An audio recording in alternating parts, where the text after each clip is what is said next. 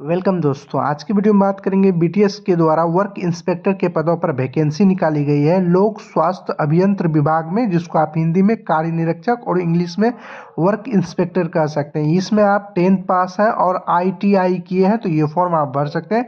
चलिए हम आपको इस वीडियो में बताते हैं कि कैसे आप अपना फॉर्म स्टेप बाय स्टेप करके भरिएगा। इसके लिए सबसे पहले आपको क्रोम ब्राउज़र को ओपन करना है। सर्च बार में BTSC लिख कर सर्च कीजिएगा। जैसे ही लिख कर सर्च कीजिएगा, ऊपर में लिखा आएगा बिहार टेक्निकल सर्विस कमीशन। इस पर आपको क्लिक करना है। इसका लिंक हम वीडियो के डिस्क्रिप्शन में भी डाल दिया हूँ, आप वहाँ से भी डायरेक्ट इस वेबसाइट पे आ सकते हैं। इसके बाद यहाँ ऊपर में ये ऑफिशियल वेबसाइट है। उसके बाद आपको यहाँ पर आना है। यहाँ पर होगा रिक्वायरमेंट, इस रिक्वायरमेंट पर आपको क्लिक करना है। जैसे ही रिक्वायरमेंट्स पर क्लिक कीजिएगा, इसके बाद आपके सामने कुछ इस तरह से आएगा। उसके बाद आपको यहाँ पे नीचे आना है।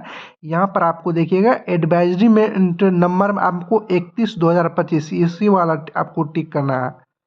ये जरूर देख लीजिएगा, यहाँ एडवाइजमेंट नंबर 31/2025, यहाँ आगे में यहाँ पर होगा वर्क इंस्पेक्टर मैकेनिकल। आप ये फॉर्म जो है रजिस्ट्रेशन 12/12 से और लास्ट डेट जो रखा गया है 12/1/2026 तक ये फॉर्म आप भर सकते हैं। अप्लाई करने के लिए यहाँ पर होगा अप्लाई ऑनलाइन, इस पर आपको क्लिक करना है। इसके बाद आपके सामने कुछ इस तरह से आएगा। यहाँ पर फिर होगा अप्लाई ऑनलाइन, इस पर आपको क्लिक करना है। जैसे ही अप्लाई ऑनलाइन पर क्लिक कीजिएगा, इसको यहाँ होगा कैंडिडेट रजिस्ट्रेशन, इस पर आपको क्लिक करना है। इसके बाद आपको फिर से आपके सामने कुछ इस तरह से आएगा। यहाँ पर आपको अपना देख लीजिएगा वर्क इंस्पेक्टर मैकेनिकल वाला, ये वाला हम आपको अभी बता रहे हैं, यही वाला आपको यहाँ पर आगे में आइएगा। यहाँ होगा अप्लाई, इस पर आपको क्लिक करना है। इसके बाद आपके सामने फिर से कुछ इस तरह से आएगा। यहाँ पर नीचे में होगा रजिस्ट्रेशन, इस रजिस्ट्रेशन पर आपको क्लिक करना है। जैसे ही रजिस्ट्रेशन पर क्लिक कीजिएगा, इसके बाद आपके सामने कुछ इस तरह से आएगा। इसके बाद यहाँ पर कुछ लिखा आएगा, आप इसको पढ़ना चाहते हो तो आप पढ़ लीजिएगा। इसमें बताया गया कि क्या सब आपको लगेगा, कैसे कैसे आपको अप्लाई करना है। यहाँ एक होगा मैं घोषणा करता हूँ, इस पर आप क्लिक कीजिएगा। उसके बाद यहाँ होगा आई एक्सेप्ट, इस पर आपको क्लिक करना है। इसके बाद आपको सामने कुछ इस तरह से आ जाएगा। इसके बाद अब आपको यहाँ से फॉर्म भरना होगा। उसके बाद यहाँ होगा कैंडिडेट नेम, आपको अपना यहाँ पे नाम लिखना होगा। उसके बाद यहाँ होगा फादर्स नेम, आपको अपना पिता का नाम लिखिएगा। उसके यहाँ मदर्स नेम में माता का नाम लिखिएगा। उसके यहाँ डेट ऑफ बर्थ आपको डालना है। सबसे पहले डेट, जिस डेट को हुआ है उसके यहाँ मंथ, जिस मंथ में आपको जन्म हुआ था उसके यहाँ ईयर, जिस ईयर में आपका जन्म हुआ था वो सेलेक्ट कर लीजिएगा। इसके बाद आपको यहाँ पर जेंडर, आपको अपना जेंडर बताना होगा। लड़का होंगे तो मेल पर क्लिक कीजिएगा, लड़की होंगे तो फीमेल पर क्लिक कीजिएगा। इसके बाद यहाँ होगा आर यू मैरिड, यानी आप शादीशुदा हैं तो यस पर क्लिक कीजिएगा, नहीं है तब नो पर क्लिक कीजिएगा। आप यहाँ यस पर क्लिक करते हैं तब आपको यहाँ पे जीवन साथी का आपका नाम यहाँ पे लिखना होगा। इसके बाद यहाँ पर होगा सिटीजन, आपको यहाँ पर इंडियन पर क्लिक कर देना है, सिटीजन ऑफ इंडियन। उसके बाद यहाँ रिलीजन आपको बताना है, हिंदू मुस्लिम सिख ईसाई जो भी है वो सेलेक्ट कीजिएगा। उसके यहाँ डोमिसाइल स्टेट, यानी किस स्टेट के आप निवासी हैं वो यहाँ पे अपना सेलेक्ट कर लीजिएगा। उसके यहाँ होम डिस्ट्रिक्ट, आप अपना घर का जिला का नाम लिखना मतलब सेलेक्ट करना है। उसके यहाँ कैटेगरी, आप किस कैटेगरी से आते हैं, SC ST OBC जनरल जिससे भी आते हैं उस पर आप यहाँ पे क्लिक कर दीजिएगा। इसके बाद अब आपको यहाँ पर अपना मोबाइल नंबर डालना है, जो भी मोबाइल नंबर यहाँ पे डालना चाहते हैं डाल दीजिएगा। उसके यहाँ ईमेल ID आपको अपना डाल देना है। इसके बाद यहाँ पर है are you dependent of freedom fighter, यानी आप स्वतंत्रता सेनानी के वंशज हैं या आप उससे आश्रित हैं तो यहाँ यस पर क्लिक कीजिएगा। उसके यहाँ आपको उसका रिलेशन बताना होगा, कौन आपका स्वतंत्रता सेनानी से आपका क्या रिलेशन है। अगर आप स्वतंत्रता सेनानी पर निर्भर नहीं है तब यहाँ नो पर क्लिक कीजिएगा, तब ये वाला आपको नहीं भरना होगा। उसके बाद यहाँ होगा are you PWD person with benchmark disability, यानी आप 40% से अधिक विकलांगता है तब यहाँ यस पर क्लिक कीजिएगा। तब आपको ये बताना होगा कौन सा दिव्यांगता है, दृष्टि दिव्यांगता है तो दृष्टि दिव्यांगता पर यस पर क्लिक कीजिएगा। मनोविकार दिव्यांगता है तो मनोविज्ञान दिव्यांगता पर यस पर क्लिक कीजिएगा। जो भी आपके पास मतलब विकलांगता होगा 40% से, उस पर आपको यहाँ यस पर क्लिक करना होगा। जो नहीं है उसको आप यहाँ नो पर ही क्लिक रहने दीजिएगा। आप दिव्यांग नहीं है, यहाँ नो पर क्लिक कीजिएगा, तब ये सब चीज़ आपको नहीं भरना होगा। उसके यहाँ होगा आर यू गवर्नमेंट एम्प्लॉय, इसमें आपसे बोल रहा है क्या आप सरकारी कर्मी हैं तो नियमित है या संविदा पर है, जो है तब यहाँ यस पर क्लिक कीजिएगा। तब आपको यहाँ नीचे में एक और बॉक्स खुलेगा, इसमें आपको बताना होगा कि क्या आप बिहार सरकार के अधीन अस्थायी रूप से नियुक्ति सरकारी कर्मचारी है, जो है तब यहाँ यस पर क्लिक कीजिएगा।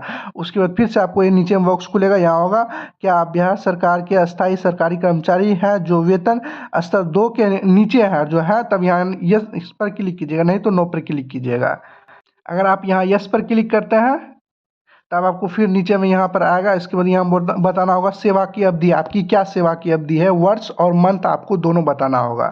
अगर आप सरकारी कर्मचारी नहीं हैं और जो आप गवर्नमेंट एम्प्लॉय नहीं है, यहाँ नो पर क्लिक करते हैं तब ये सब चीज़ आपका बॉक्स ही खत्म हो जाएगा, ये नहीं भरना होगा। इसके बाद आपको यहाँ पे नीचे आना है।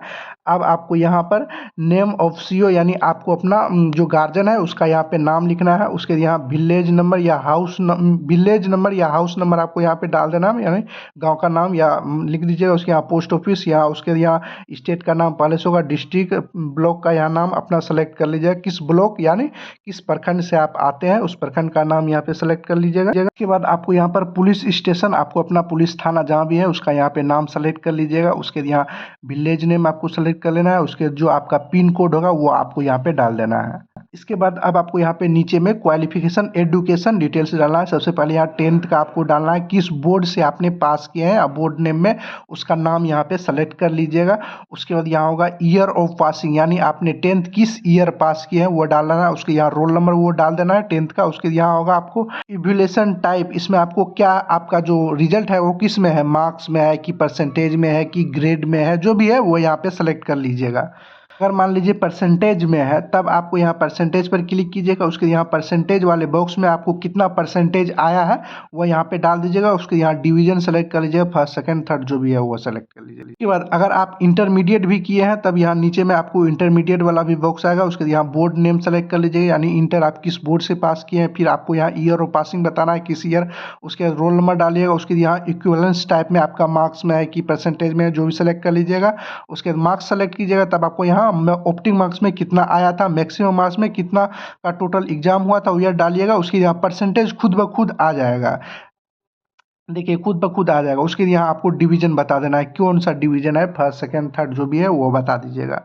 इसके बाद अब आपको यहाँ पे नीचे में आईटीआई से संबंधित डिटेल्स भरना है। जैसे यहाँ होगा certificate from recording industrial training, यानी आईटीआई से संबंधित। जैसे यहाँ होगा डिग्री एंड ट्रेड, यानी कौन सा आपका किया है कि मैकेनिकल है कि इलेक्ट्रिशियन है, जो भी है वो यहाँ पे सेलेक्ट कर लीजिएगा। तो यहाँ एफर्मेशन में यहाँ यस पर क्लिक कर दीजिएगा। उसके यहाँ यूनिवर्सिटी या कॉलेज का नाम आपको यहाँ पे लिख देना है, किस कॉलेज से पास किए, ईयर ऑफ पासिंग डालना है। उसके यहाँ ग्रेड सिस्टम है तो यहाँ यस पर क्लिक कीजिएगा। उसके यहाँ परसेंटेज आपको डाल देना है।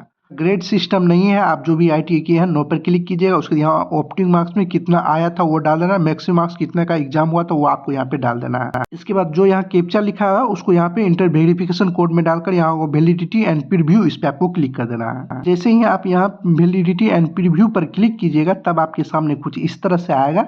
आपको एक बार डिटेल्स देख लेना है, जो भी डिटेल्स आप भरे हैं वही डिटेल्स आपको यहाँ पर शो होगा। एक बार चेक कर लीजिएगा सारा डिटेल सही है। उसके यहाँ एक बॉक्स होगा, इस पर आप टिक कर दीजिएगा।